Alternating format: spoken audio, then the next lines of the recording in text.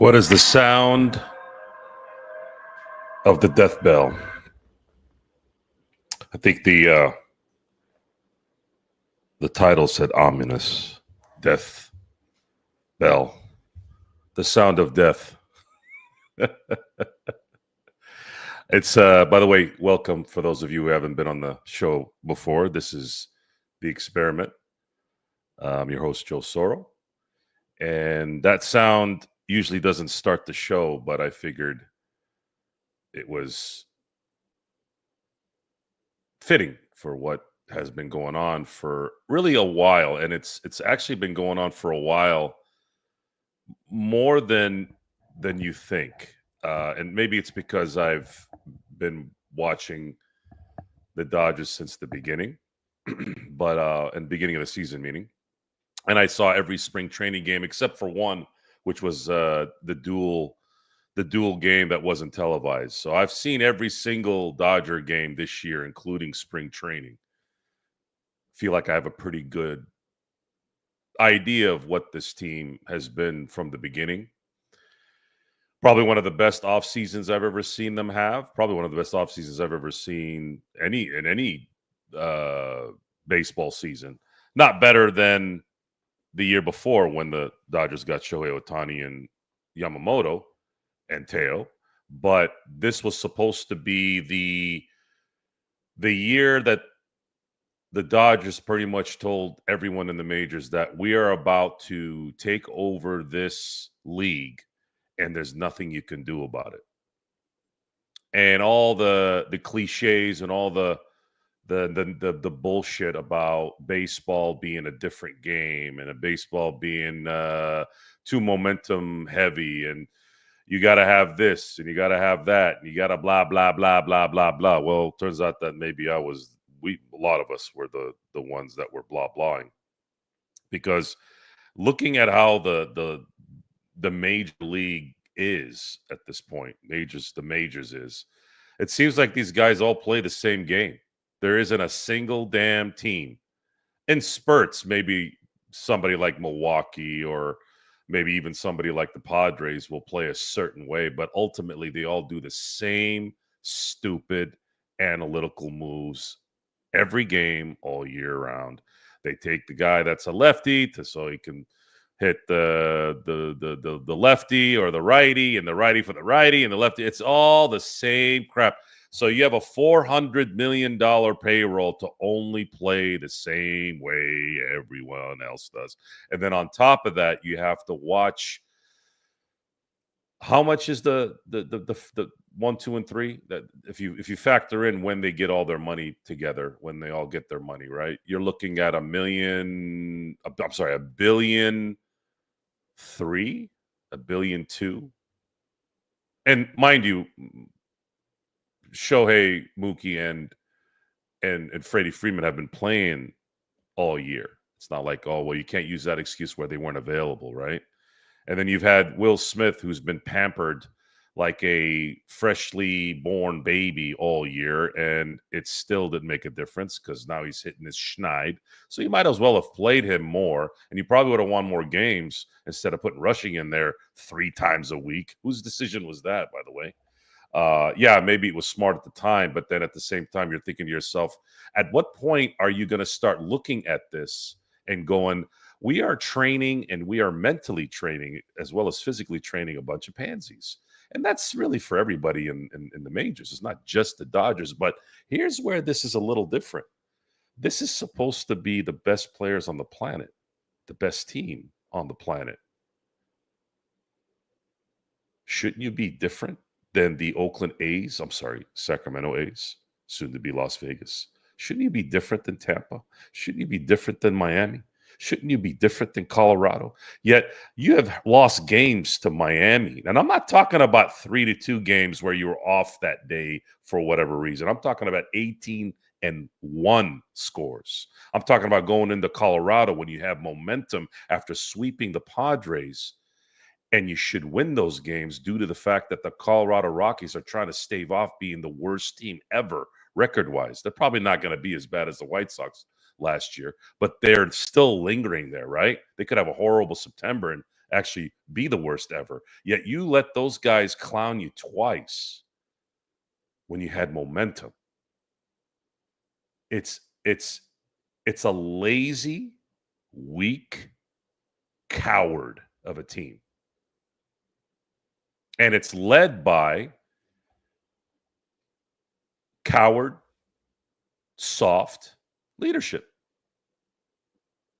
Who's the leader of this team from the player standpoint? Let's go down the line. And the term leader is so subjective. It's hard to really pinpoint who and what and where depending on the team, right? So let's talk about that for a second. What do you consider a leader? Because I'm wearing my Steeler gear today because the Dodgers don't deserve me wearing anything that they're representing today. So I'm wearing my Steeler gear due to the fact that the NFL season will be coming about here, and there is some excitement there. It's always exciting for the beginning of the NFL season, as well as college football in general.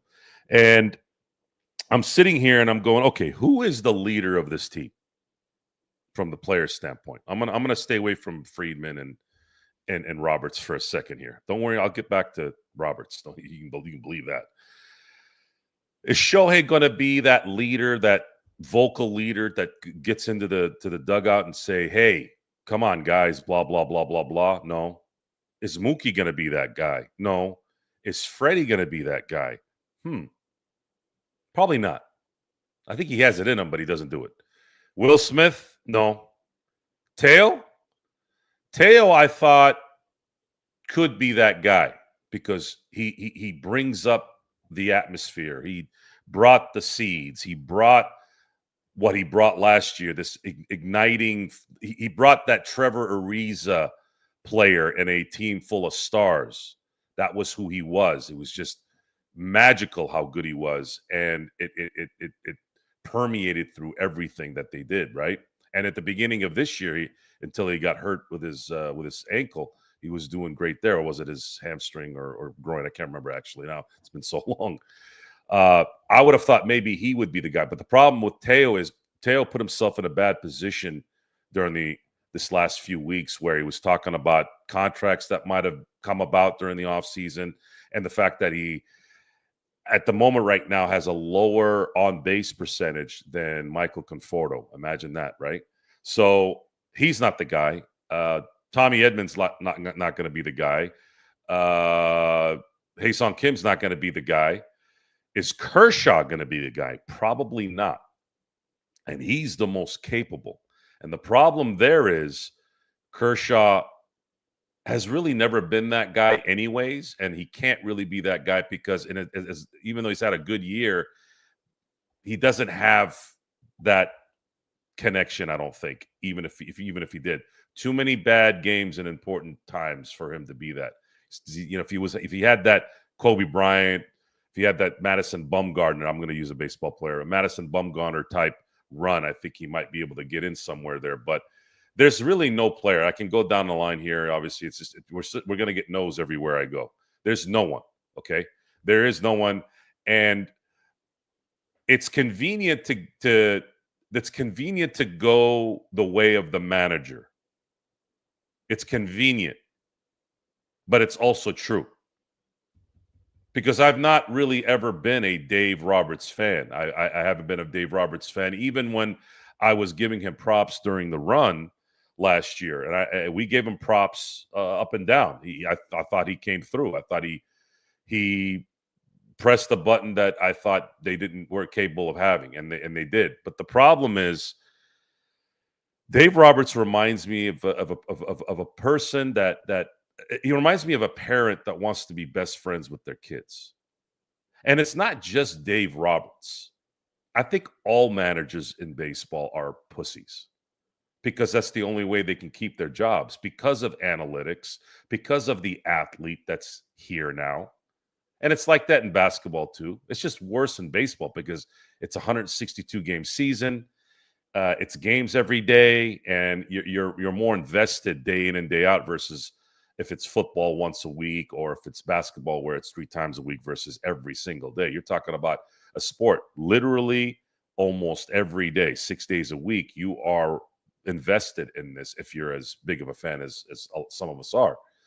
So you've got more criticism there, but at the same time, you also have the chance to make up for what you did the game before really quick the next day. So to me, baseball's actually should be easier to get out of your funk because of the fact that you have the chance to get out of it within 24 hours, sometimes even less if it's going to an evening game down to a day game, right? Like kind of like tomorrow. Like right now, the game ended about 20 minutes ago, 25 minutes ago, and then they're going to be playing a game. What is it? Within the next 17 hours. So let's talk about Dave Roberts. Let's talk about Dave Roberts and management. It's hard to criticize management.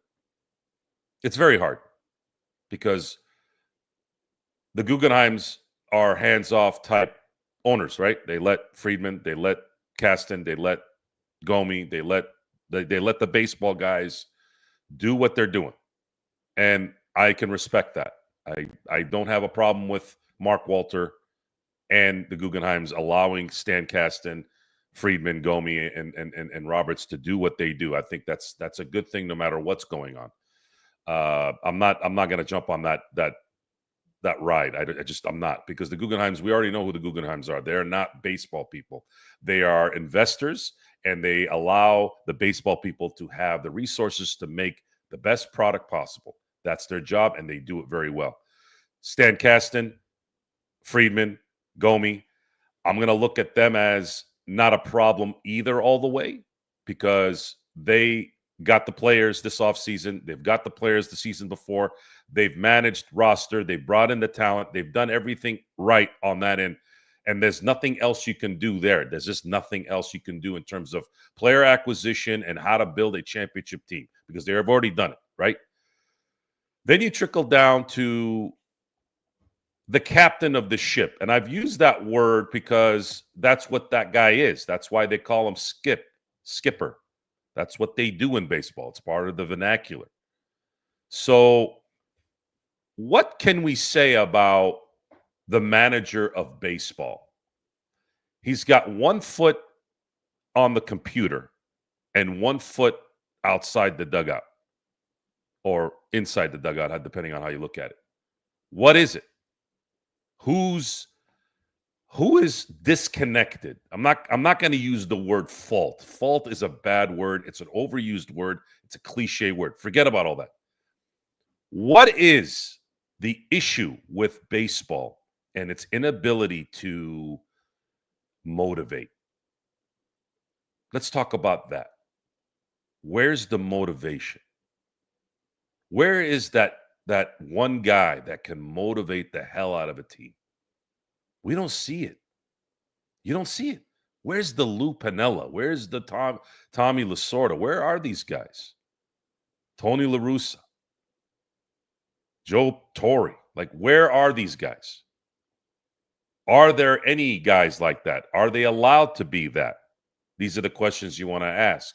So then that's part of the management thing, right? That's part of the management thing away from player acquisition and building a team. Now I'm looking at that other part, that 20%, where I'm like, why can't the Dodgers, who've assembled on paper the greatest team ever in modern baseball, why can't they motivate this team to win? The winning culture is not just a coach and its players. It comes from everything. It comes from everything. I was talking about the Lake Show because that's what they were called in the mid 90s. That Laker team in the mid 90s, all legit Laker fans, and legit Laker fans were there, knew that team was not good to win it, good enough to win a championship. But they played their hearts out, and they had a culture with the Lakers where they're going to compete. And they had some memorable wins against teams they had no business beating or no business being competitive with during that time with the talent they had. They had some really good talent, but there was no reason for the Lakers to beat the Sonics in the first round in 95, and they did. There was no reason for them to go 6 against David Robinson's MVP season in 95 that year. There was no reason, but they did because there's a winning culture. There's this motivation. to be the best you can be. And that team, the reason why we respected that team was they squeezed every bit of talent out of themselves. Every bit. When they probably didn't have to, but they did because that's the culture. And then in 93, they almost took out the Phoenix Suns, that same team that went to the finals the year Barkley was an MVP, right? So what's weird about this situation is the Dodgers, I thought, got out of this rut. Even though they won in 2020, the shortened season still left something there. Another motivating factor of what needs to be done even more, right? So you have that, and now you solve this, what I thought solved this gap by having the best record in the majors last year. You hit a little bit of a speed bump against your probably best competitor in the Padres. You hit a little speed bump down 2-1, and then you sacked up and scored 10 runs and allowed 0 runs the last 2 games of that series, and ended up winning the series and then going and beating both New York teams on your way to a championship. And you didn't just beat the New York Mets and the New York Yankees. You pretty much dominated them. Some of those games were close. There were some games where the Mets came up, right? But there was a lot of reasons for that. You know, you had a bullpen session one game, and then you had Flaherty, who always had one good run, one good outing, and one bad outing. But 4 of those wins were blowouts, right, against the Mets. And then the Yankees, you just played into what the scouting report said: make a play, let them screw it up, and they did. They did. They Tom Brady the Yankees in the World Series, essentially, with a couple of dramatic, amazing, history-changing, history-footaged hits and games, right? So I thought that was it. I thought that was okay. They got out of this. The Dodgers lost in 17. They lost in 18. They were cheated, blah, blah, blah, blah, blah. And they kind of blew it in 2021, blew it in 2022, blew it in 2023, all that. And then now they won. Now you have Shohei at his peak. You have Mookie that's still in his prime. At least I thought he was at that time. Freddie, same thing. And you come out the gate this year. Will Smith's hitting well, which he does generally. Teo had a career year last year. You have Edmund, who was an NLCS MVP. Like, you had everything. And then on top of that, you added depth on top of depth on top of depth in your bullpen. And what happens? All that depth, all that positiveness, all of that momentum. And you come in, and they did start 8-0, but 5 of those games they were behind in each game, and they came back. And after a while, that stuff takes a toll, even early in the season. And you got the depth so that you can deal with the injuries. But at the same time, they had pretty much most of their guys the first 3 months. Other than in pitching, they were still winning, but they were losing games that they shouldn't have lost. And they lost it because, in my view, there is a disconnect in motivation on this team. There's this pussiness of, it's okay, it's not your fault mentality. Tell me I'm wrong. Tell me I'm wrong. We don't know if Roberts goes in there and really lambaste people. I mean, what are the chances he really does that? Really? I don't think he does that stuff. I really don't. Do you think he really went into Tanner Scott and said, "Hey, man, what the hell's going on with you?" Did he really talk to Teo? Maybe, maybe not, but I haven't heard anything. We don't hear anything about it, right? That's true, Craig. They were averaging 5 runs a game, right? But then everybody got hurt, right? Edmund got hurt. Muncy got hurt. But isn't that what you got the depth for? Isn't that why you have the best farm system in the game? All the farm guys. And I'll get to that in a second here, because tonight's game was indicative of what I was saying even a few days before. And then I have some other things to say when this kind of rut really started. It really started at the beginning of the year, honestly, and I'll tell you why. But it really kind of came to a head in July, like everybody else saw, right? But what I want to get to is, this is the part where, if you cannot motivate players who are coming up, There's not one guy. Freeland is sort of busting out a little bit right now, but he's still a 170 hitter, and he's been playing for a while. The Dodgers have too many 100 hitters playing. They're a third of the damn lineup. They have a player that's not even batting 100 today, and he keeps starting. Our good buddy keeps starting, batting .70. Where's the logic in that? I want to know where the logic in that is. What is that? How do you even justify that? Roberts today put in, he pinch hit Michael Conforto, knowing that they were going to bring in a lefty. Conforto can barely hit righties, and you want him to hit lefties in a crucial game like this. Is this what analytics are saying? This is what you do? The one guy that actually has been scoring for you in these two games, you take him out and you put in someone else, whoever it was, because they keep changing everything. How? Where is the common sense there?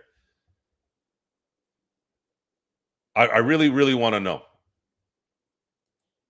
I just don't get it. Guys get hot, guys start to hit, and then they're out of the lineup the next day because of righty-lefty. Does that make sense? How does that make sense? I need somebody in baseball to make that make sense to me. Alex Call, right? Alex Call goes 4 for 5 and then doesn't play the next game because of righty-lefty. 4 for 5. How many guys hit 4 in a game? There are guys that are playing every day that are going to be playing every day for years that don't hit 4 in a game. How about letting this guy see if he can hit maybe 2 or 3 again? Let him get hot. Go with the momentum. Or do I not know enough about baseball? Because I'm getting very defensive with this, and I'm being very sarcastic because I want someone in baseball to tell me I'm wrong, and I want to know why. It doesn't matter who it is. Why do you take Alex Call out after he hit 4 the game before? Isn't that the guy that you want to stay hot because your lineups suck? Muncy's out, Edmonds out, a third of the damn lineup, the guys that are supposed to be here are out. Kim is out. You're not stealing any bases with Shohei, yet you're still losing these games. How many more opportunities have you lost because you're not putting Shohei's talent at second base because you're worried about him getting hurt and he's still not performing the way you want him to? Why don't you just go all the way with it at some point? Like, when do you stop being a pussy and soft? These guys are not playing football, okay? They're not playing football. They're playing baseball.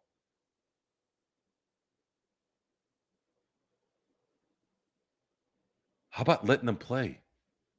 Do what needs to be done. If he doesn't make it, what, you worried about a bunch of stupid fans bitching and whining? Just like, they got to move Mookie Betts off second. He's not hitting well because of it. He's playing fucking baseball. He gets the ball maybe 8 or 9 times a game. 90% of the time, he's sitting on his ass in the dugout. Just as much as you got, I'm bitching about how soft this, I guess, game has become. The fans are equally as pussified. Move him to right field. He's playing too. Dude, he's supposed to be a Hall of Famer. He's supposed to be one of the best players in the game. If playing at shortstop, and by the way, he's been playing awesome. Gold Glove worthy awesome, actually. And he's been playing better there in the second half than he did in the first. If he can't hit because he's playing shortstop, you got a problem. You're paying this guy $365 million to do that. You're not paying him $20 million to do that. You're not paying him a 1-year deal at 17 like you are Conforto. This is Mookie effing Betts. That's his job. And he took it on. Some of you need to get out of your own head. Seriously. Soft ass, pussy ass freaking mentality. And that's what this is. And it'll continue to be this until this changes. Because all that bullshit that you did, all this load management that you've done has amounted to dick. It's amounted to one of the worst seasons that is about to happen if this thing doesn't turn around in the next month. One of the worst when you factor in $400 million in salary and being the champion. This is not supposed to go this way. Even the great A's teams in the late 80s and 90s were still going to the World Series. This team might not even get out of the first round. And to do all this, to get a wild card? Really? So that we can watch the Milwaukee Brewers be number one? We knew Detroit was going to be good. But they're kind of on a hot streak now. They're going to deteriorate once they not be able to pay anybody, right? The Yankees are the Yankees. The reason why they suck is probably for a lot of the reasons why the Dodgers suck. Because they're soft. They have a soft mentality with soft leadership. And soft is the word of the times. It's very important that everyone understands this. I really want everyone to understand this. This isn't Clint Eastwood in Gran Torino. We are a soft, pussy-ass culture in so many ways because we've entitled, whether it's the athlete, whether it's the worker at home, and we've definitely softened men. Men are fucking pussies. I mean, beyond. And I see it every day around town, whatever. Absolute pansy-ass bitches. And is it any wonder why women can't find a good man?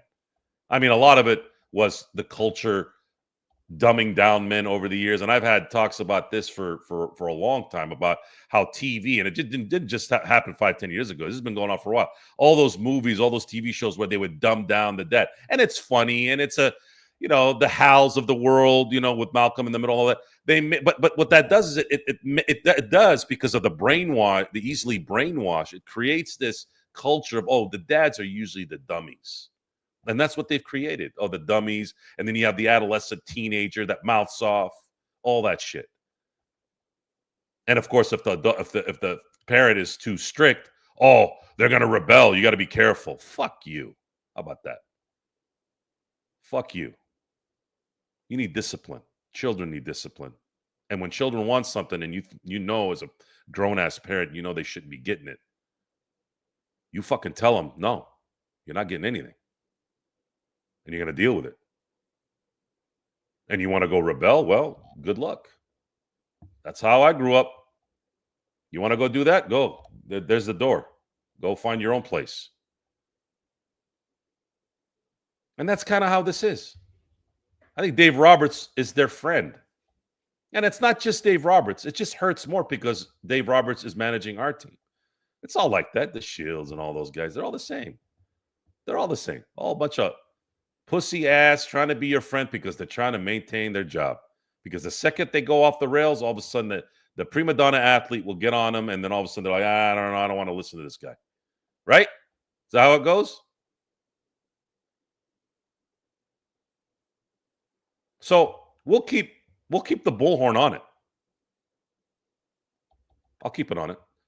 I have receipts, by the way. That's the beauty of me being able to talk about this. I have the receipts. I am holding on to the last of some of the really good old school stuff, which is respect in the home, respect to the parents. You don't talk back to your parents. There's a lot of families out there that still do that, but the ones that get the attention are the dumbasses, the dumb parents, the weak parents, the leaderless parents. And it's sports, like I said before, is a microcosm of real life. So the Dodgers have a month and a week to really try to figure out if they can find themselves here, which is that in itself is as soft of a comment as I can probably say. Find themselves. And are they going to get big-headed if they happen to win tomorrow, right? Like, when does it finally click? You're a horrible road team all year. So forget about this. Oh, this shit started in the Houston series, which I'm going to get to that in a second here. You have been shitty on the road. Matter of fact, you're under 500 now on the road. So what makes you think now that you are going to go into the playoffs, likely starting on the road with the way you're playing, and win a championship? You were supposed to start every series at home.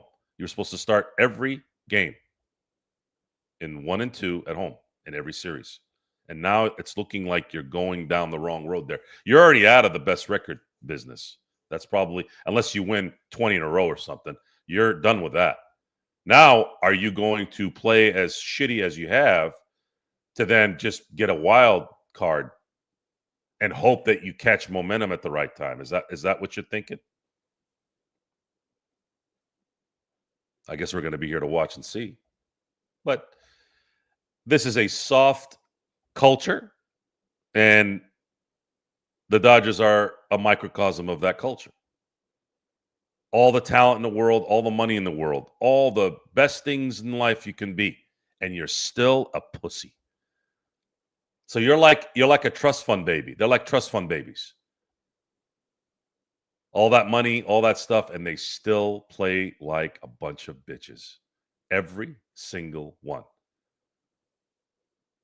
And that's it.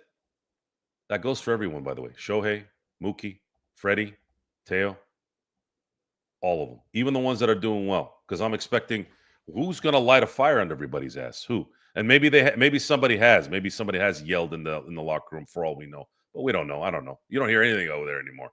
Everything's so ass water tight. Whether it's the Dodgers, whether it's the Lakers, you don't hear shit about anything anymore. All you hear now these days is Shedeur Sanders and Bronny James shit. Stuff that is fucking irrelevant to anything that matters. That's the pub. Oh, and what LeBron did while he was taking a shit at a restaurant. That's the fucking news we get now. That's all we hear. We don't hear about who the hell is going in there and talking to somebody and lighting a fire in everybody's ass. Who? We don't hear any of that. No, we got to hear about LeBron and how he sneezed on a boat. That's it. That's all we get. So now we got to get on a show and assume something may happen or we hope happens. Because it's so closed off because of these social media pieces of shit who like to just get clicks. This is the result of that. So we are trying to be the ambassadors. I say we as in guys like my guy Gerald, my guy Sean, and Empire Jeff. Trying to be this. Well, Jeff is he's trying to be a guy that's kind of cool with everybody. And that's fine. I'm not criticizing Jeff for that. But my brain doesn't work that way. I don't play in the middle. I'm a scale. I can be nice and then I can go off the rails. And when I go off the rails because I feel like there's something weird going on. And somebody needs to say something about it. And it's a bad area to be in if you want progression sometimes. That's the sacrifice. But in the end, who's going to do it? Who's going to say something? You know, when you have these people who are in neighborhoods and they see weird stuff going on, are you going to be that guy that says, well, that's none of my business, and then find out there's some weird shit going on? Or some weird shit did happen and you could have stopped it. You know, that's always the balance, right? You never know. I'll get to you guys' comments now. It's been a while here. Let's see here. I'll start from the top. Somebody has to take Roberts aside and tell him his team has to wake up. That's kind of like trying to motivate people that are professionals. I think if you have to still do that with Roberts, then you probably should fire him. Only one can hit, was on the bench and came into the. Yeah, that's something that I don't think Roberts can get out of there. And Friedman, like, dude, you guys keep taking guys out that are hitting well the game before because you're trying to do this righty-lefty thing. And what the fuck are you doing bringing in Conforto to pinch hit? What the fuck are you doing? Seriously, what are you thinking? Are you thinking he's going to get out of his funk? It's over. That experiment is over. I might as well just keep putting. You're already putting these guys that suck in there already. Just might as well. Maybe they have a chance. They probably have a better chance at busting out. Buddy Kennedy just came in, right? Might as well just roll with him. Conforto's been here how long? He's done. It's over. Let it go. Stop pinch hitting Conforto. Adjust, adapt, overcome. A lot of cliche comments there. I don't think it's going to work. Chris, what's up, buddy? It all starts with the leader. We have no leader. Yeah, there is no leader really on this team. And Roberts, I don't give a... Roberts is a stooge. He's a front-running stooge. That's it. He's never been a good manager, ever. He's never been a good manager. There have been better managers that have never won a World Series than Dave Roberts. And that's a fact. That's a fact. I mean, it's hard to go back in the annals of managing because things have changed so much the last decade in baseball. So I don't want to go and compare somebody like a Roger Craig who managed the Giants back in the day or anything like that. If you want me to stick to recent stuff, I mean,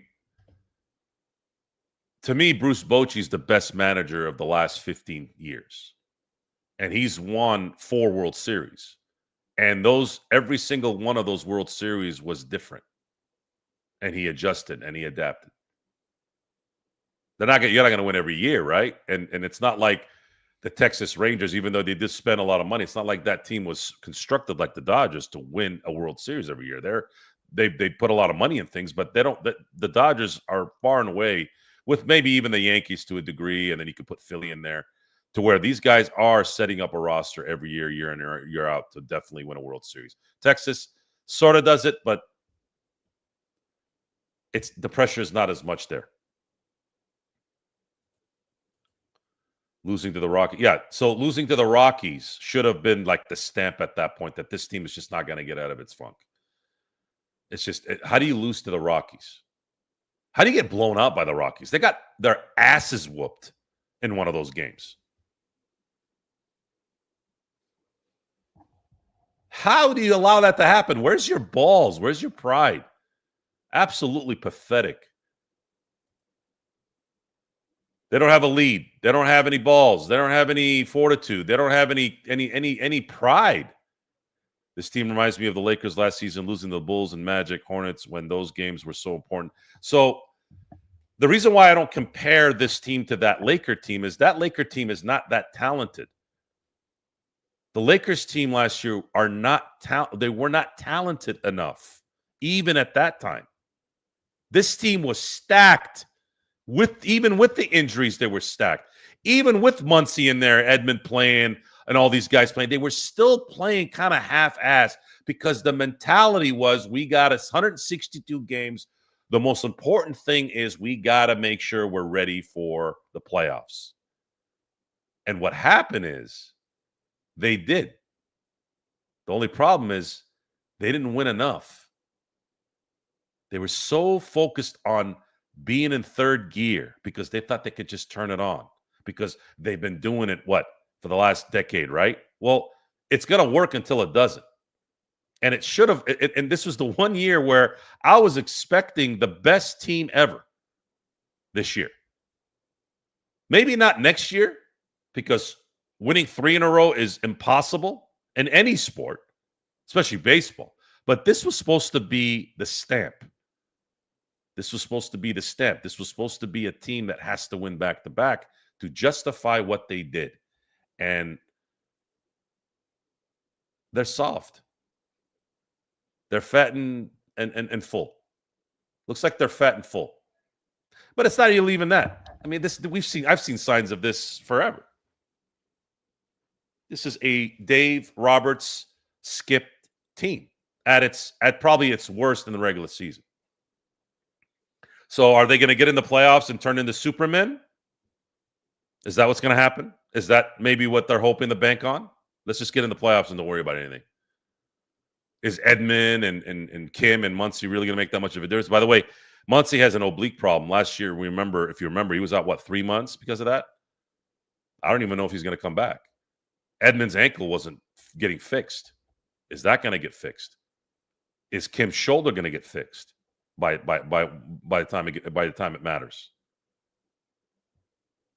Now what? Now you're going to blame it on injuries. You're not going to think about, well, Will Smith was having a MVP caliber year. He's been the best hitting and catching. He's been the best hitter catcher of in the National League, at least, right? So you've had him doing well. You have Shohei, who's going to be the MVP probably. At least I think he might be, unless he doesn't do shit for the next month. Mookie, Freddie Freeman, Teo. When does the excuses stop? You have enough guys there to continue to win. And you've had really good pitching the last month and a half. Snell pitched amazing. Yamamoto's been pretty damn good this year, with exception of maybe 3 or 4 outings, which is normal. The only reason why we might think it's not normal is because we're so used to every game. I told you guys, remember Oral Hershiser had one of the greatest pitching seasons ever in 1988. He lost 8 games that year. That happens. You lose games during the year. But Yamamoto's been good. Snell's been good. Kershaw's been good. Sheehan has been pitching as well as he can since he's been back. Glasnow was pitching pretty well. He's been pitching pretty well since he's come back. Just, I don't know if he's ever going to be a big game pitcher, though. Like today was a perfect example. As soon as he starts walking guys, it's a freaking turnstile. It's nonstop. But he had no hits the first 3 innings. Not one damn hit, and had 0 on the scoreboard. You think he's not So if you understand baseball, imagine how different the 4th inning would have been had he had 3 or 4 runs going into the 4th inning. He's not pressing at that point, right? And the Dodgers have been notorious in not getting anyone except Kershaw run support this year. The irony of that, because for 8, 9, 10 years, they never gave Kershaw any run support. But he was so damn good, they still won those games back in the day. So a mentally weak, mentally soft team who's been managed by a mentally weak and soft skipper. I'm not. Dave Roberts is not a good manager. Sorry, Jeff, if you're listening. He's not good. He's a C-, C+ at best. That's it. And maybe that's just what baseball is. But there should be a difference. There should be a difference. This is the Dodgers. This is a $400 million payroll. This is a team that's supposed to be a dynasty. I expect them to have the best manager in sports, not just in baseball, too. You should have the best manager. You should be able to do analytics and say, you need to be the best manager. You need to have this team motivated, game in and game out. And you need to toughen these guys out. And you need to make sure that they play through what they need to play through, whatever it is. You need to be able to press that button. And if you can't, then you're not good enough. You need to get into Teo's head. Hey, you need to do this. You need to do that. Hey, Mookie, stop popping the fucking fly balls out. What are you doing wrong? Isn't that what the manager's supposed to do? Find out the flaws and fix it? Isn't that what coaching is? Or is it just sitting there and patting everybody on the ass when they come in and out of the dugout? What is it they do in baseball anymore? What is the job of the manager? It's for these moments now. If analytics is taking care of your lineups, okay, motivate these guys then to think right and play right. What else is there? What? Tell me.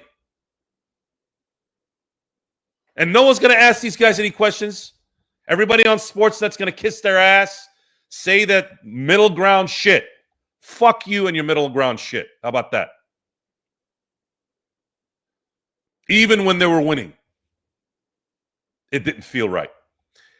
And there is text messaging between Empire Jeff and I before that Houston series. I didn't feel good. There was this instinct going on. There was something buzzing inside. I'm like, I don't like. They better go in. They were at home. They were playing Houston at home. And I said it. I'll paraphrase. I said they have to whoop these guys' ass this weekend. They got to tell everyone that we're the LA Dodgers and want to whoop the shit out of you. And the exact opposite happened. And they had one of those beautiful losses that they just give up like the fucking pussy ass bitches that they are, where they just let them just run almost 20 runs on them while they just sit there and let Kike fucking pitch. Fuck them up with all that stupid bullshit 9-inning fucking pitching shit from an everyday player. Yeah. Yeah, if this gets out, I'm Joe Soro. I've never played in the majors. Sorry, I haven't. But I know baseball. And I'm going to tell you all right now, you're all a bunch of fucking pussies. You're a bunch of pussies. And I can tell you that because you make a shitload of money. You make more money than anyone in the league. And you're supposed to be champions. And this is how you play? What do you want me to tell you? It's okay. Everything will be fine tomorrow? I think that's what they've been telling you. And guess what? It's not fine. It's not working. So maybe you need a firecracker up your ass. And that might not work either. Maybe you're just that much of a pussy. Maybe you suck that much. But we're going to find out. We're going to see. They don't win it this year. It's one of the worst flops. It'd be the worst Dodger flop that I've seen in my time, considering the resources and considering who they are and what they do. Ohtani is too nice. Ohtani language problem, maybe. Get rid of Roberts. Never going to happen. Roberts isn't a leader. We've known this for years, but he's a good lackey, right? Blaming Ohtani. And again, this is cliche, right? Oh, we're blaming the manager when they lose. Of course we're fucking blaming the manager. Who's the fucking guy in charge? Who do you blame when the offense sucks in football? Do you blame the general manager? Do you blame the safety? No, you blame the offensive coordinator and the head coach. Then you get to the general manager later when you're like, hey, man, when are you going to figure this out? The most potent hitters of our time sit up top, 1, 2, and 3, and you've scored 2 runs in the last 2 games. You let Nestor Cortez, who can't throw 91 miles an hour consistently, make you look like a bitch. Where was your pride then? Where was your pride tonight? Nestor Cortez? The guy who walks like a 12-year-old. You ever see Nestor Cortez walk? He walks like a 12-year-old. He looks like this. Like a damn 6th grader.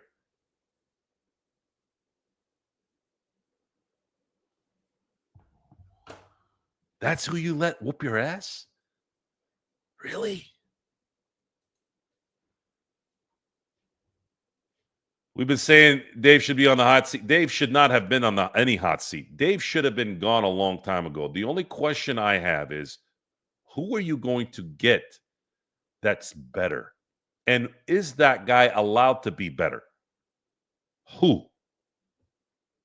What manager out there will transcend managers?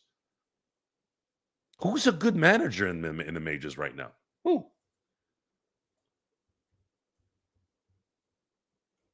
I don't think there is any anymore. They're like running backs now. The Major League Baseball manager is like NFL running backs. Yeah, you got a couple of running backs here and there that can sort of make a difference, but you're still using Hurts at the goal line. Hurts is still winning Super Bowl MVP. It's not Saquon Barkley. And the reason why I say Hurts is because he's the current champion. And Hurts is not a Patrick Mahomes. He's not a Josh Allen. Like, he's never going to win NFL MVP. The Philadelphia Eagles are just ridiculously stacked in terms of talent. And they got a good enough coach to take advantage of it. And Jalen Hurts has got that Nick Saban team concept and steely-eyed kind of just focus. The The Major League Baseball manager is what the NFL manager, I'm sorry, what the NFL running back is today. It's a luxury to have a guy that can manage a little bit well, but they're not valued. They're not going to be the difference. The manager isn't going to. There's no manager that I see that can motivate enough to push his team over. I don't know. I don't see it in anybody. Who? AJ Hitch, Alex Cora, Mark Kotze, Snicker, Consul, Francona. I think Francona used to do that. Maybe Francona. I mean, the Reds are playing pretty good. We're going to find out a little bit about that too this week. Dodgers are going to be playing the Reds. Right? Who else are they playing this week? Let's see here. Oh, that's right. Nice. They got the Diamondbacks next weekend.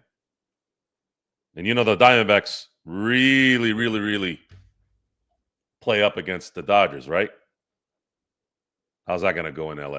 You're going to just maybe win 2 out of 3 and everybody's going to jerk off to that? So, yeah, the Dodgers are going to play the Reds.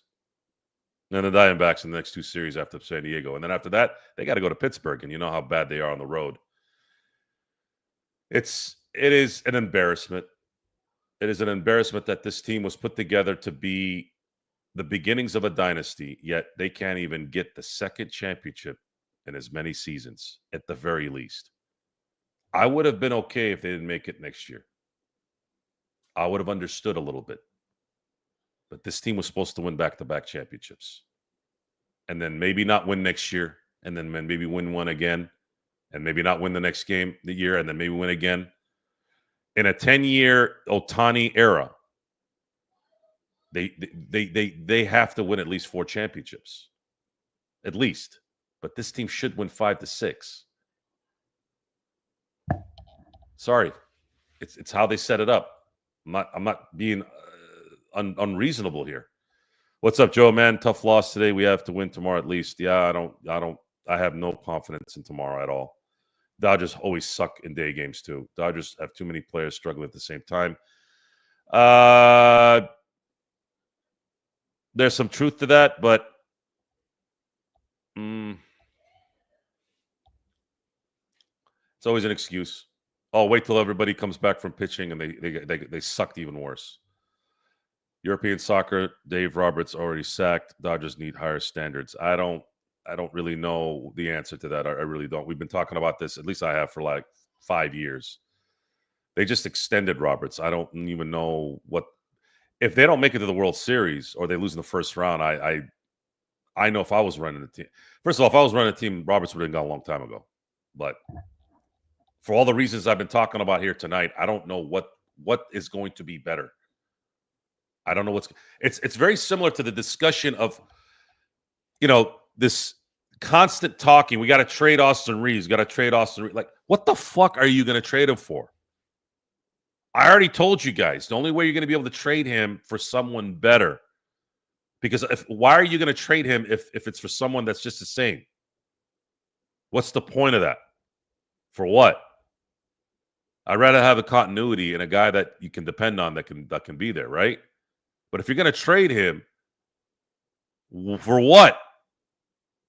You have to bring in someone better. You can't just make a lateral move. Are you going to just fire Dave Roberts and then find another lackey that also just looks at a card and takes out guys that hit 4 in a game the next game because of analytics?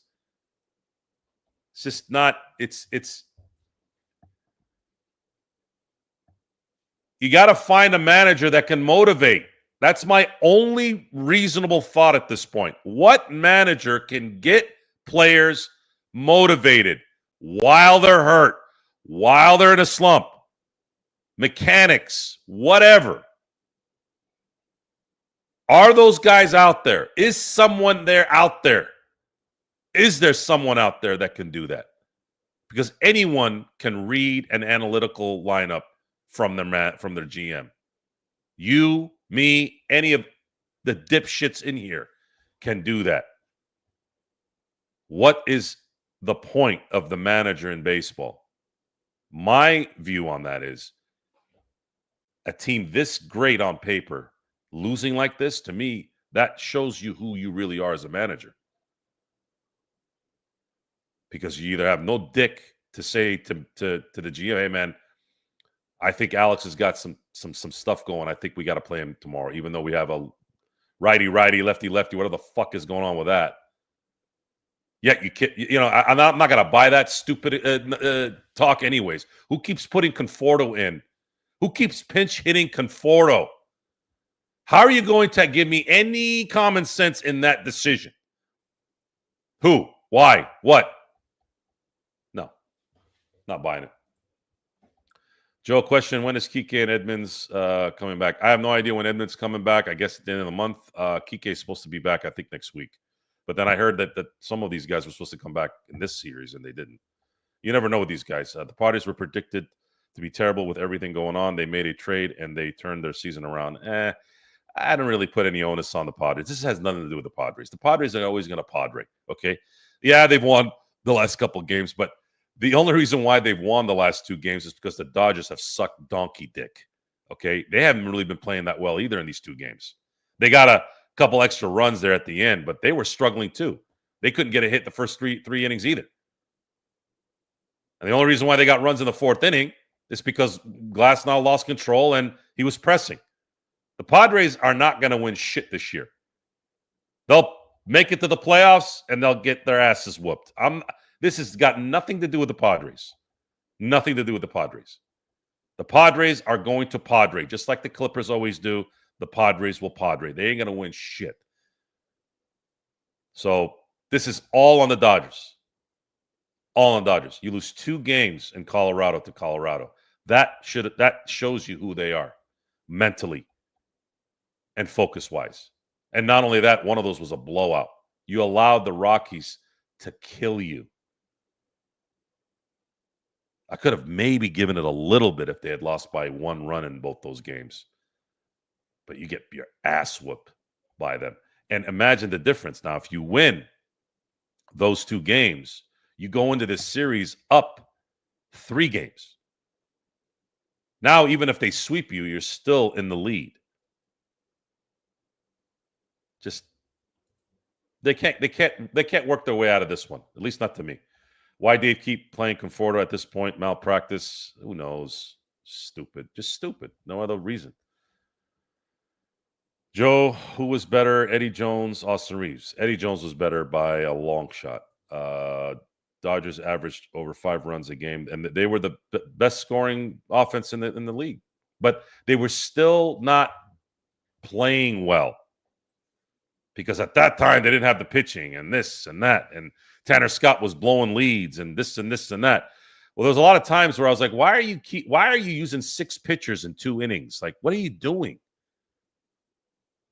What is the deal with all this? Like, if you're going to not want to run these guys into the ground, maybe let them pitch a little bit. Maybe let one guy pitch a little bit. I don't know. Joe, thoughts on Coach Prime? I don't give a shit about Coach Prime. Joe Soro, where's the best restaurant to take a girl out on a date? I don't give a shit about that either. Joe, can I get your thoughts on Pages? Yeah, Pages is, if you think his game is going to be bad now, wait till the playoffs. It's going to be even worse. Pages is a foul hitting machine who either strikes out or props it up. Don't understand how Call and Conforto keep on getting swapped. I don't know either. I have no idea. Call finally got out of his funk, and then he gets rewarded by getting sit down the next game. Kim has also had 4 and 5. So Kim was like the first one this year, right? Kim was hitting, 500 for like a month, 400 for a month. But they wanted to ease him in. Just ease him in. Just ease him in. What? He had a shoulder problem then? Is that you easing him in? Well, if he's got a shoulder problem, then don't fucking play him. Let him heal. Conforto has been lost cause. Yeah, he's done. Joe Soro better than. I appreciate that, Drew. Jeff Passan is a baseball purist. I wouldn't say I'm a purist. I'm definitely an observer and a liking of baseball. He is kind of a pussy, though. Kind of like a dork. Joe, what would your lineup be for the Dodgers? Well, I would have.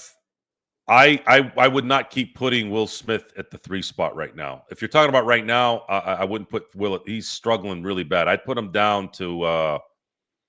I'd put him down at the 4 or 5. You could put him in right now. Him and Teo are pretty much one and the same. So either 4 or 5, and just keep putting Shohei at 1, Mookie at 2, and then Freeman. I don't think Freeman should go beyond 3. You got to have Freeman there at the 3, in my view. I don't know why he keeps putting fucking Will Smith there. I know that they want this righty lefty bullshit, but Will Smith is running an offer against the Padres the last 2 freaking weeks. So why do you change the call thing and then you don't change Will Smith's setup when he's not hitting? Like it's mind-boggling to me. A guy hits and you pull him out. A guy's not hitting and you keep putting him in the same position. Make that make sense. I don't know. Does something happen that I don't know about? I think he's one of the best pitchers in the league, if that's what you're asking. Ask me why. I don't know if something happened. I don't know. I don't think it's that, Craig. I don't think it'll matter. They can fire everybody. It's an energy thing. This team is the Walking Dead. It's the Walking Dead. It's the Walking Dead, and it's the culture of just life right now. Everything is soft. Everything is soft. And even the toughest guys that I know, I'll catch them in discussions. These guys that all act that sound like they're tough, but they're not. They've turned into pussies too.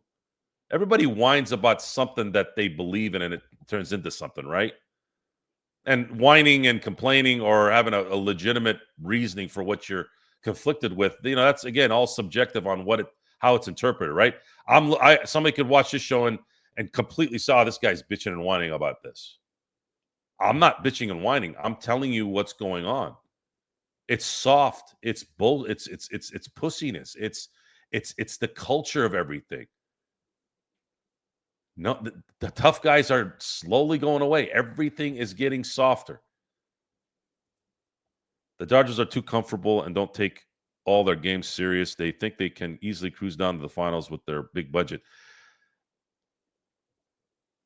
It's worse than that. It's worse. It's simply just everyone playing with some sense. I don't even know if it's entitlement. They're just not tough. They're not mentally tough. They're not physically tough. Some are here and there, but overall, just complete pansies.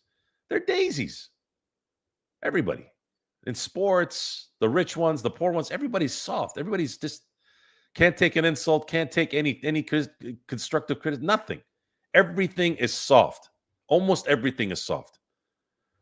Joe Soro thought on Dewey from Malcolm in the I don't give a shit. I never watched that show. I don't give a shit. All athletes are like pussy, entitled. John Morant's. He also stated that wave to make it okay for younger kids. John Morant has an identity crisis because he grew up educated and he grew up kind of buttoned up. And a lot of times when he's around his urban friends, he's trying to keep it real. And that's what all that was about. It's an identity crisis. Same thing happened with Colin Kaepernick. Colin Kaepernick was adopted by friends of mine, by the way, very close friends of mine when I was growing up in Turlock. And when he got to college, he was around more of the urban culture, started becoming Obama had this problem too, because he's half white, half black, right? No one ever talks about the white side, by the way. Everybody's, black this, black that. I'm like, Obama's half white, folks. It's not just black. So a lot of these guys have identity crisis because they grew up a certain way and then they're around a certain culture of people that kind of dog them for it, the privilege stuff, right? And they can't handle it. Management is soft. Didn't make any good moves at trade deadline to worry. See, I didn't want them to make any moves. For what? Why would you sacrifice talent when you're already talented enough? This group is supposed to win. There's enough depth and there's enough talent for this team to win. I didn't give a damn if they went after anybody, Quan or anyone. What are you gonna? What is that gonna mean? What would have changed if they had gotten Quan? Let's say what? We don't know if they would have changed anything. They might have been. He might have been just as lackluster as anybody else because of the energy that's on in the team. Anyways, this is a leadership issue and a motivation issue. No one motivates themselves enough to get out of this funk, and they can't motivate those around them enough to get out of this funk. Oh, and by the way, Freeland was also given a high praise of your ass is sitting in the next game, even though he was the only guy that scored a run for them yesterday. Oh, and by the way, he ended up being the only guy that scored a run tonight as well when he got pinch hit. Would have thunk it, huh? Joe, how would the MLB if they had David Stern as a commissioner? Well, David Stern, in my view, was integral between 1984 and 1998.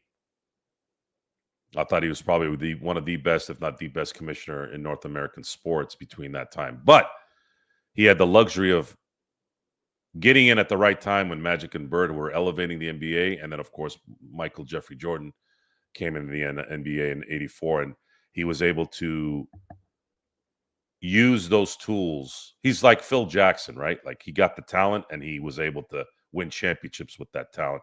And people think it's easy to win with Michael Jordan and Kobe Bryant and Shaq. Sure, it is much easier to win with those guys, but you still have to deal with their egos. A lot of times it's harder to deal with egos. And when you're on top than just coaching a bunch of really good players like Larry Brown used to. So there's always a give and go on that. I think it's more taxing over time to win with those guys than it is to just coach a bunch of guys that are going to listen to you and not really win you a lot. That's a subject we'll talk about during the year when the Lakers season starts because I think it's an important one.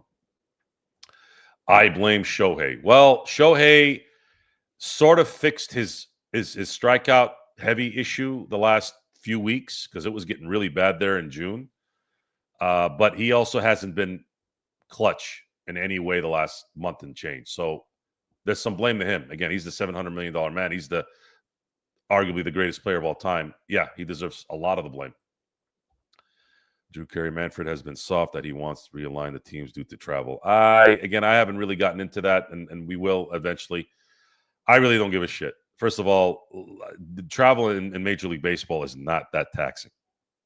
Okay, so the Dodgers are in an area where they're playing the San Francisco Giants, the Colorado Rockies, the San Diego Padres, and the Arizona Diamondbacks. You are playing teams that are an hour flight pretty much everywhere, except for Colorado, which is what, 2 hours? And then what? Who else? You going to Houston? You going to where else? I don't know what the hell they're going to do there. And I don't even know why they're having expansion in baseball. I think 30 teams is enough. They say your best player is a reflection of your team. In most sports, it's true. But baseball is an interesting one because usually your best players are not available all the time. So your best player could be your pitcher, but he's only going to be valuable for every fifth game. And then your best player is only going to be available every 9 at-bats. He's only going to be available for, at the very least, let's say 4 at-bats a game in a 9-inning game. There's not a lot of power, a lot of change there in a lot of ways for that. So it's harder in baseball to be that. If it was it was basketball, it was football, hockey, it's a little different because those guys are in there all the time. As long as they're in the game, they're there. Basketball, you play 48 minutes if you have to, right? Can't do that in baseball. You can't bat more than once of every 9 at bats. It's predicated on what the guys do in front of you. No Kirk Gibson's on this team. Yeah, that guy will not likely exist in today's game. That would take an anomaly of all anomalies. But that's definitely I would say a guy like that would definitely work. The Joe experiment is never over. They let go Taylor and Barnes for this. Yeah, the Taylor thing for Conforto is an interesting one. We were sitting there saying Taylor needs to go. Taylor needs to go. Be careful what you wish for. And yeah, I'd say I think Taylor would probably play a little bit better than Conforto at this point. Same thing with Barnes. The weird thing with Barnes is I don't blame him for letting go of Barnes and bringing Rushing in. You have to see what he was about. But Rushing right now can't hit Major League Baseball on a regular basis, and I don't know. I don't know what the future holds for him. I don't know. I have no feeling yet on that. Maybe he'll get better next year. I don't know. At least Doc pushed the right buttons last year. Yeah, but this team was not constructed to win one time. This team was supposed to be a dynasty, and it's a massive failure if they don't win a championship this year. Massive. Joe, thoughts on me currently dating a Korean? Is that North Korean or South Korean? They're overconfident and non-committed. I don't even think it's overconfidence. I think it's just they're weak. I think they're mentally weak. So let's think about solutions, Joe. What's the solution to this? I can't think of any, to be honest. The solution is the players need to start getting themselves in a situation where they start to perform. And Dave Roberts needs to stop putting Conforto in important times and stop taking guys out that are performing out the next game. How about that? I think that's a good start. I think that's a reasonable ask. Stop taking guys out that just had 4 hits and replacing them with someone who's batting .07 fucking 4. How about that? Is that too much to ask? You have 3 guys in your lineup sometimes that are batting 170, 185, and .074.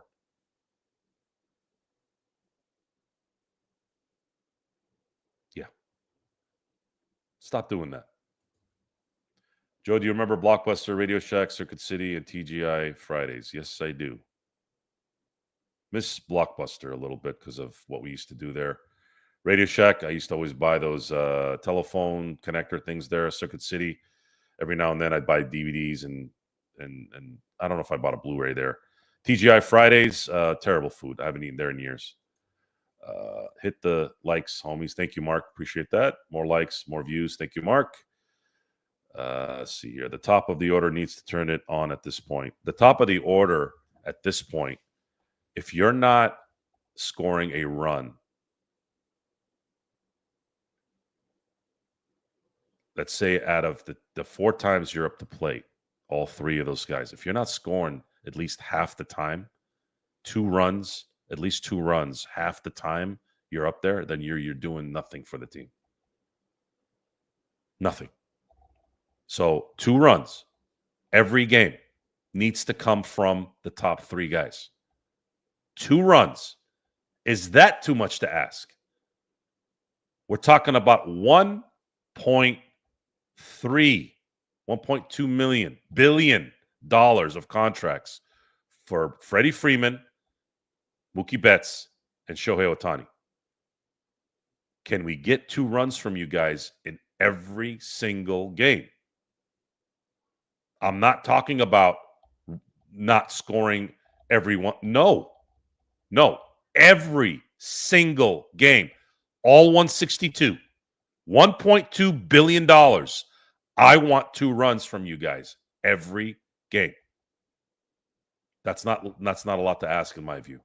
And I want anyone to ask me if that's unreasonable. Tell me it's unreasonable. If you're watching this when it's not live and you can't comment, ask me in the comments section. I want to know if that's asking for too much. You have 4 at-bats between each of those guys. That's 12 at-bats throughout a 9-inning game. Am I being unreasonable to ask $1.2 billion of players? All 3 are going to the Hall of Fame, by the way. Is it too much to ask to get 2 runs from those guys every game? Let me know.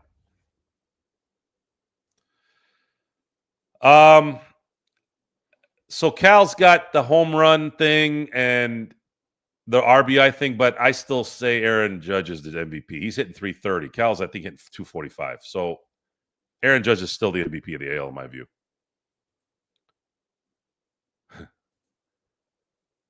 Well, he didn't own us in the last one. We whooped his ass last week.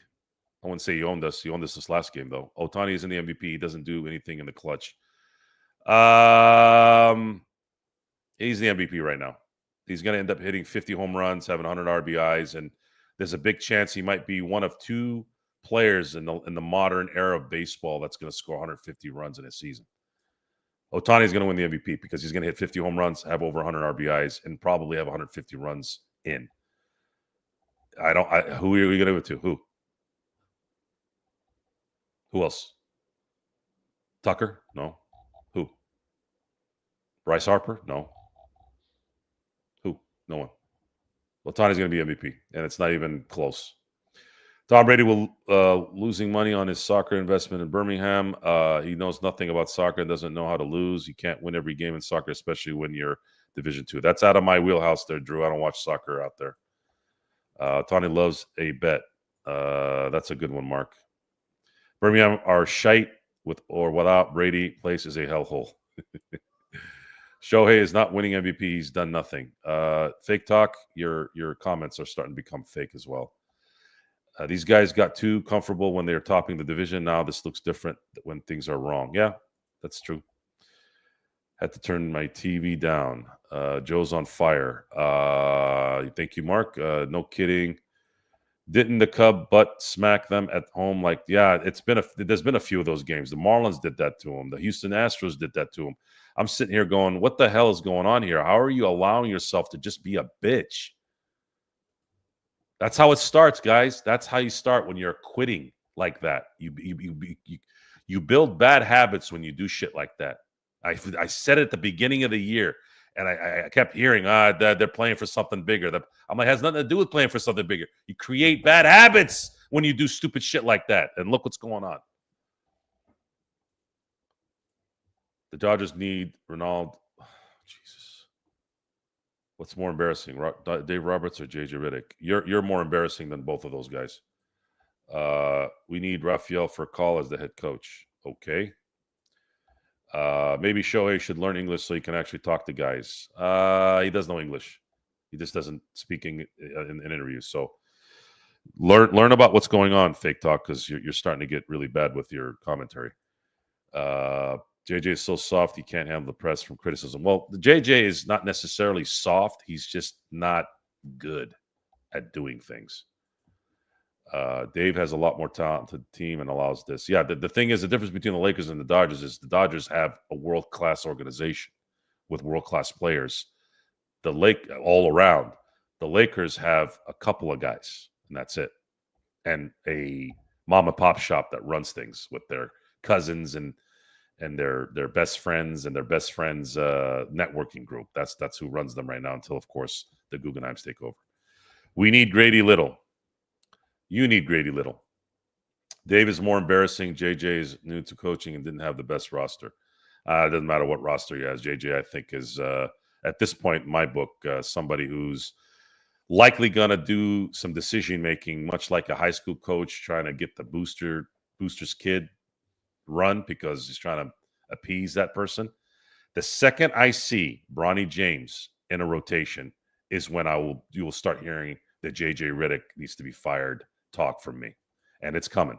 It's very likely coming. Who's more stacked, the KD Warriors or the Dodger team? This Dodger team is more stacked. Joe, can I get your thoughts on Diddy situation? Maybe Dave Roberts might be involved since I wish nothing but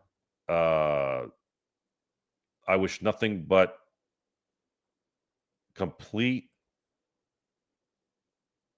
evaporation of that person and everything he stands for.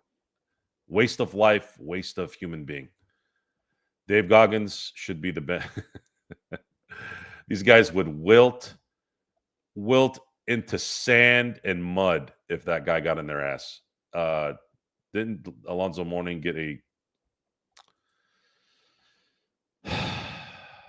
Are you going to talk about Kobe? It's his birthday. No, I'm not talking about Kobe. This is a baseball show tonight. Joey, are you born the same year as Kobe or the year before? I couldn't remember if you turned. Yes, I was born the same year, 1978. Makes it worse. Joe reads out the questions, then says, "I don't give a fuck." I mean, they spent the time to post, and I feel like they need honesty in terms of the response. I think that's a good thing, isn't it? Joe don't give a fuck, and that's something that's interesting. It's much better when someone says that about you, because typically those who say they don't give a fuck do. Right? I've said this for years. I was like, you can always tell. Oh, I don't. You see it in social media more than anything, right? I don't care who judges me. I'm here and I'm this and I'm that and blah blah blah blah blah. Those are the ones that, when the ones that really really yap like that about it, more often than not, or they do care. That's why they're saying it. But I hope the way I deliver the "I don't give a fuck," I hope it really resonates that I really don't. But I also let you know, like, hey, I can prove it.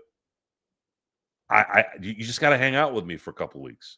That's the only way I can prove it. You actually have to come and hang out with me, and you can't be some weirdo either. Okay, that's my thing.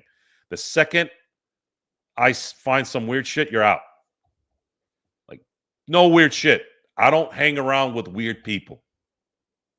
Okay, I don't converse with weird people. If it's a joke, if it's guys that are kind of eccentric and making weird jokes and maybe a little dirty, maybe a little off the cuff, that's fine. But if I start seeing some weird eye contact or some weird mannerisms, you're done. I don't hang out with people like that. That's the part. That's when I don't give a fuck. Let's see here. SB, I have to remind you every time Joe has a show. The best part of our group chat is Sports Baby commenting. It doesn't matter. He could be commenting about flowers. And then Mark comes out of nowhere and basically says to SB, "Your flowers suck." And it could be a beautiful flower too, but it doesn't matter. But it's funny as shit. Let's see here. Can someone pay the Dodgers enough to show emotion? You know, Tim Duncan didn't show any emotion, and he won a lot. So I'll give them that. You want to be stoic? You want to be all business? You got to back it up with winning and giving a shit. Thoughts on Dwayne Wade 2007? I think he was better than Kobe from 2007 2009. Yeah. Get off the meth, crack, and coke, please. Joe, you should be the baseball manager of Stanislaus State in Turlock. Why the hell would I want to live in Turlock right now? And why would I want to coach at Coleslaw State? Should be able to win it back-to-back with this team. That's the heartbreaker there. It would solidify this thing if they did. Exactly right, Joe. You basically don't get fully accepted by Anita. Yeah, it's okay. That's okay. I got enough friends and stuff that accept me. I'm good. Top of the order lineup sucks big ass. If LeBron is on the Dodgers, they win every. Maybe when he was in his prime. Joe, thoughts on flag football? Drew Carey. You know, I know who you are, right? Fuck, I nearly fell over in public. Massive save. Flag football is for women. Flag football. So we were talking about flag football years ago, and it was always an ongoing joke, right? It came, guys. An old saying is that's how it starts. More softness, right? They're having flag football as an Olympic sport. Imagine back in the day, the word Olympic, what it meant, right? Look what it's become. Now they're gonna have a bunch of yahoos running around with flags and getting excited when they pull the flag out. God help us all. David Stern said, "We want Lakers versus Lakers." That's bullshit, Chris. That guy was a piece of shit when it came to the Lakers. Every single lockout that asshole did was to stop the Lakers and to stop what the Lakers were about. He implemented the zone to slow down Shaq. He helped veto, whatever. Again, there's another story behind that EJ and I have still not been able to do a show on. But Every decision he made after 1998 was in some way, form, or fashion to hinder the Lakers. And that's on record. We've done shows on that with the LFB on what he did, and that's where a lot of my hate for him comes from. Don't you think, Joe, that a team full of talented players have a harder time listening versus a team that's not great, listens better with no ego? Think of the Pacers with Rick Carlisle versus the Knicks. Tiffany, what did they end up doing this year? They ended up not winning shit. And I mentioned this with the Larry Brown coach teams all those years. To me, if you're talented and you're supposed to win championships, you're supposed to win. If you're one of those guys like the Indiana Pacers this year, where you happen to have this magical season, and unfortunately Tyrese Halliburton getting hurt kind of might have taken them off the rails to winning it all, but they're not likely going to be back in this position again. That's the problem with really good teams versus great players with great teams. The Dodgers are an all-time team on paper. They just won a championship. They should be winning. They should be winning because they have the talent and they have the depth. The whole point of having that depth is to be able to maintain the injuries. That's what they got them for. And then now when the pitching comes back, they started playing worse. And there's no excuse for the top of the lineup, the first 4 and 5 hitters, to be as bad as they are. Those guys should be able to pick up the slack. $1.2 billion sits at the 1, 2, and what should be the 3. For some reason, fucking Dave Roberts doesn't want to do that sometimes, and it should be freaking Freeman at the 3 no matter what. Those 3 guys at the top of the lineup are supposed to produce 2 runs every game. Every effing game. That is not a lot to ask. 2 runs. How much of a difference is the series, is the game, is the month, the week, if you guarantee 12 at-bats that produce at least 2 runs? Mind you, they're going to get 3 runs sometimes, 4 runs. 2 at least. 2. Every single game should come from the top 3 hitters. And that changes the entire dynamic of that team.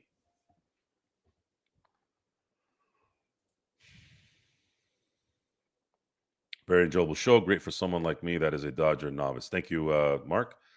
The Angels deep really pissed me off. We lost. Yeah, that's the other thing. Getting swept by those dinks. All 6 games, really? What's up, Joe? Just sitting back listening to the show. Hey, what's up, bud? Nice to have you here, man. Are we going to keep hearing LeBron to the Warriors rumors? I don't even know what the hell that even means. What's LeBron going to win playing with Steph? What?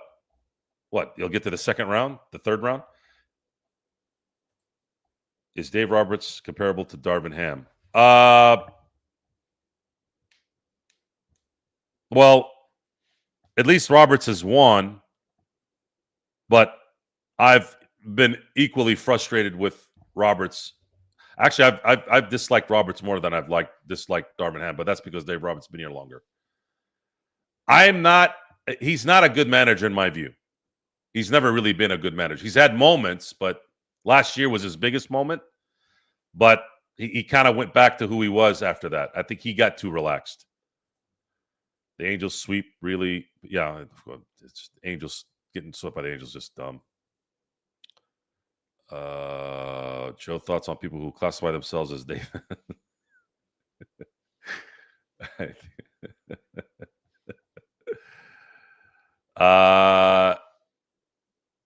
Let me put it this way. I think if anyone came to me and said they, them, they would never be around me again. Ever. Sampras showed no emotion. Exactly, and he won. Ideally, he won how many majors? 14? That'd be an interesting day talking to Max. I don't even know where the hell he is. Is he just doing boxing now? Like, where did Max go?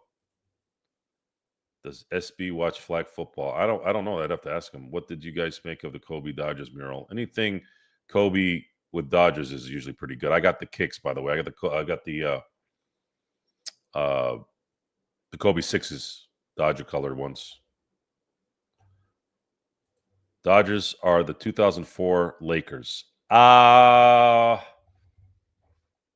2004 Lakers were a mess, but in a different way. There was a lot of disdain between Shaq and Kobe's court situation, and then Gary Payton being kind of a pain in the ass, and then of course Karl Malone getting hurt. That had a whole different tone to why that didn't go where it should have gone. There was a lot of things there. This team is more like, it's looking like the God, what would be a good example? What team was supposed to win it all and was stacked with guys in their prime and look like this?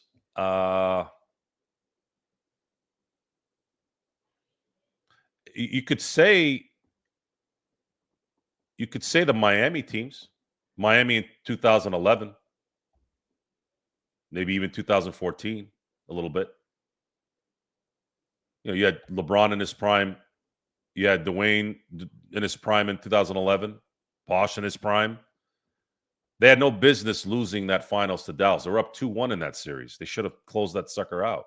I'd say this team right now, the Dodger team, is looking more like the 2011 Miami Heat. Joe, do you wear any J's? What are your favorites? My favorite J's are the 13s. I have the Black Cats. And I'd worn Jordans from 91 to 94, and then I kind of went away from it.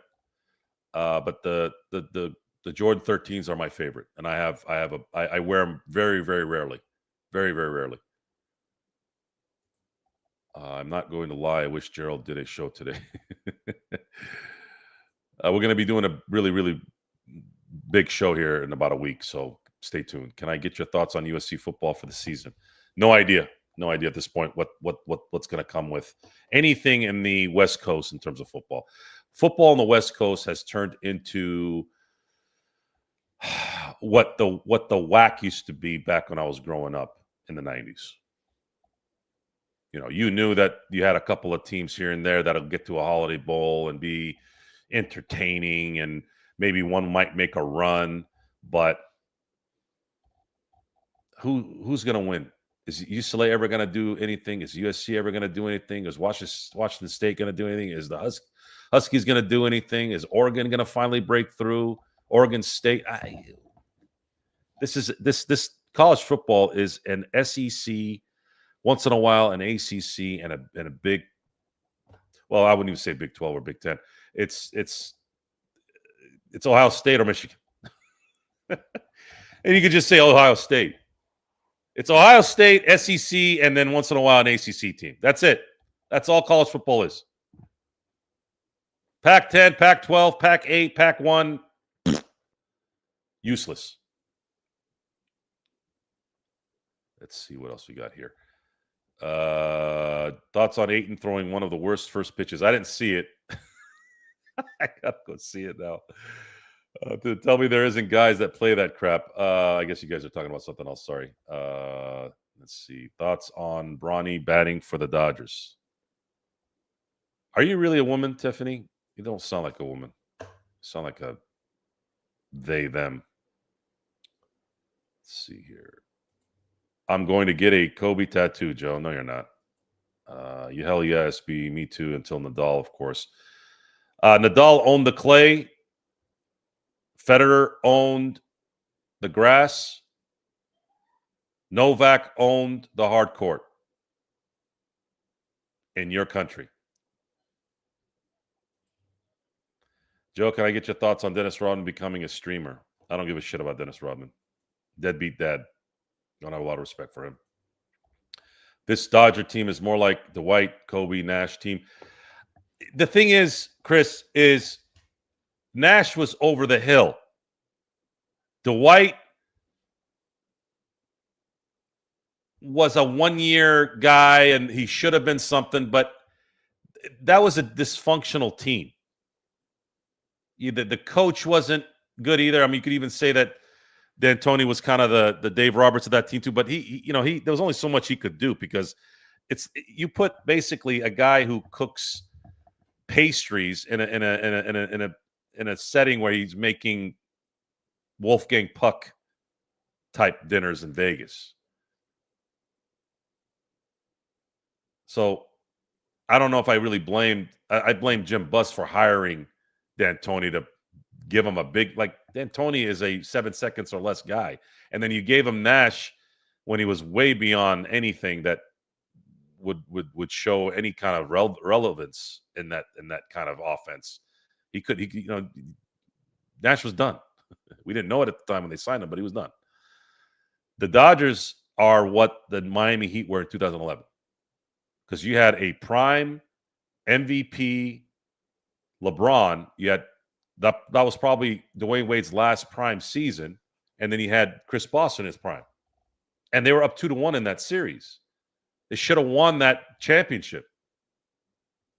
To me, they're the 2011 right now. They're looking like the 2011 Miami Heat. Can we sign Trevor Bauer already? Man, what is with you guys and Trevor Bauer? Trevor Bauer is done. Let's see. Mark, remember that? Dodgers had higher expectations this year than last year, arguably. Yeah, they did. They were supposed to be the best team, and they were. And they should be. And they're not, because they're weak. Joe, how do you feel about fear of death? I'm an atheist, by the way, but I respect all religions. Is this Drew Carey with another goddamn name? Are you using two different fucking names like Kevin Durant?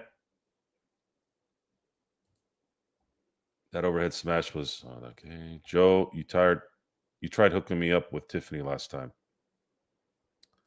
Fucking guy. Hey, Ox, mate, good to see you. Hey, Jeremy, how you doing, bud? Hello, everyone. Hope you're enjoying. Yes, we are enjoying the weekend, except our sports teams suck ass. Let's see. Where are we here? Mark, good to see you. Everyone's saying hello to each other. Is Jerry Buss the best sports owner? What do you think his children are doing after they cashed out? After they cash out? To me, Dr. Buss and the Buss family were the best owners of the last 40 years. No. 50 years. Mm-hmm.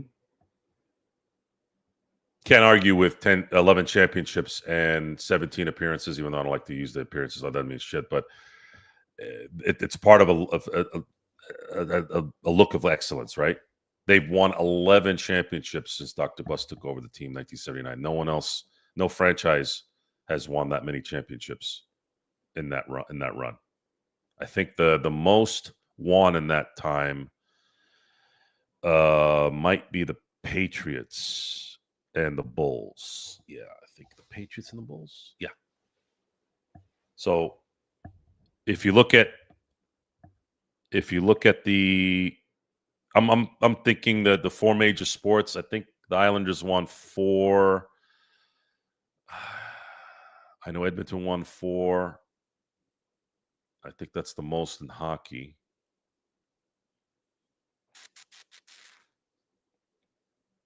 Football, it's the Patriots. They won 6. Bulls won 6. Yeah.